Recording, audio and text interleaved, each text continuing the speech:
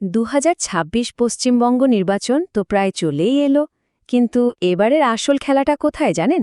দক্ষিণ কলকাতা বা অন্য কোথাও না। এবার কিন্তু সবার চোখ উত্তরবঙ্গের দিকে।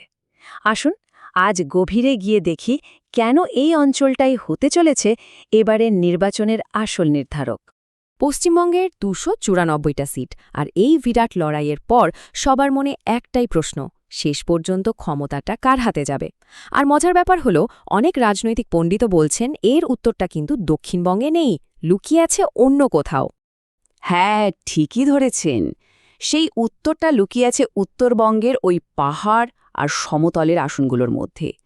এই এলাকাটায় কিন্তু হয়ে উঠতে পারে এবারের নির্বাচনের আসল গেম চেঞ্জার।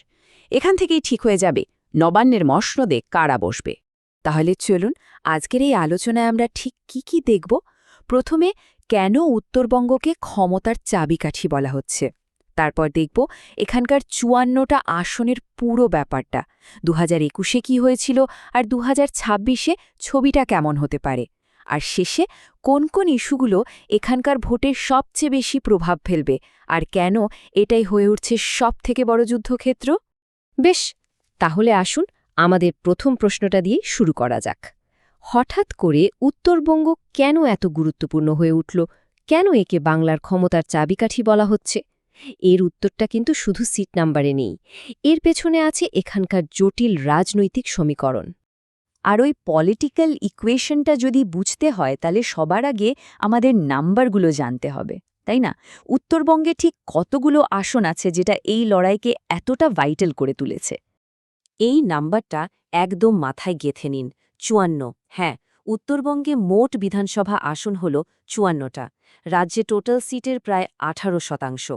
ভাবুন একবার, এই 54টা আসনই কিন্তু যে কোনো দলের জন্য খেলার মোড় ঘুরিয়ে দেওয়ার ক্ষমতা রাখে।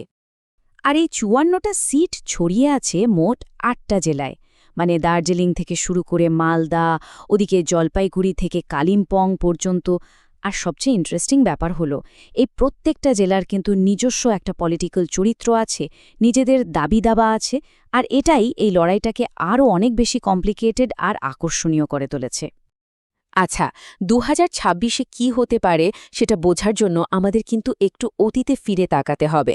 চলুন দেখি ঠিক কী ঘটেছিল 2021 সালের বিধানসভা ভোটে, যা উত্তরবঙ্গের পলিটিক্যাল ম্যাপটাই একদম পাল্টে দিয়েছিল। এই চার্টের নাম্বারগুলোই আসলে পুরো গল্পটা বলে দিচ্ছে। 2021-এ উত্তরবঙ্গে বিজেপিকে এক কথায় থামানোই যাচ্ছিল না। ওরা জিতেছিল 30-এরও বেশি আসন। সেখানে তৃণমূল কংগ্রেস পেয়েছিল প্রায় 20টার কাছাকাছি। আর কংগ্রেস বা বামেদের কথা তো ছেড়েই দিন, হাতে গোনা কয়েকটা সিট। মানে এই রেজাল্টটাই পরিষ্কার করে দেয় যে উত্তরবঙ্গ তখন বিজেপির একটা দুর্ভেদ্য ঘাঁটিতে পরিণত হয়েছিল। কিন্তু দেখুন, 5 বছরে তো গঙ্গা দিয়ে অনেক জল বয়ে যায়, রাজনীতিও অনেক পাল্টায়।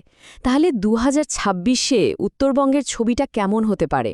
লড়াইটা কি এবারও একতরফা হবে, নাকি আমরা কোনো নতুন সমীকরণ দেখতে চলেছি?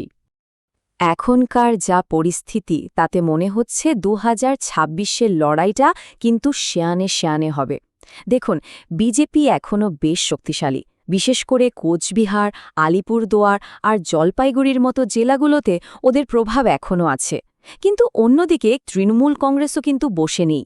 গত কয়েক বছরে ওরা নিজেদের সংগঠনকে অনেক বেশি মজবুত করেছে, আর এখন একদম বিজেপির ঘাড়ে নিঃশ্বাস ফেলছে। আর কংগ্রেস বাম জোটের প্রভাব হয়তো মালদা আর দিনাজপুরের কিছু পকেটে সীমাবদ্ধ থাকবে। আর এখান থেকে কিন্তু দুই প্রধান দলের স্ট্র্যাটেজির পার্থক্যটা একদম পরিষ্কার হয়ে যায়। একদিকে বিজেপি চাইছে তাদের পুরনো দুর্গগুলো যে করেই হোক ধরে রাখতে, আর অন্যদিকে তৃণমূল কংগ্রেস উন্নয়ন আর স্থানীয় নেতাদের মুখকে সামনে রেখে নতুন করে জমি দখলের চেষ্টা করছে।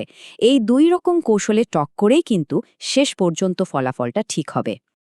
কিন্তু শুধু দলের স্ট্র্যাটেজি নয়, উত্তরবঙ্গের রাজনীতিতে এমন কিছু বড় ফ্যাক্টর আছে যা যে কোনো মুহূর্তে পুরো নির্বাচনের হাওয়াটাই ঘুরিয়ে দিতে পারে।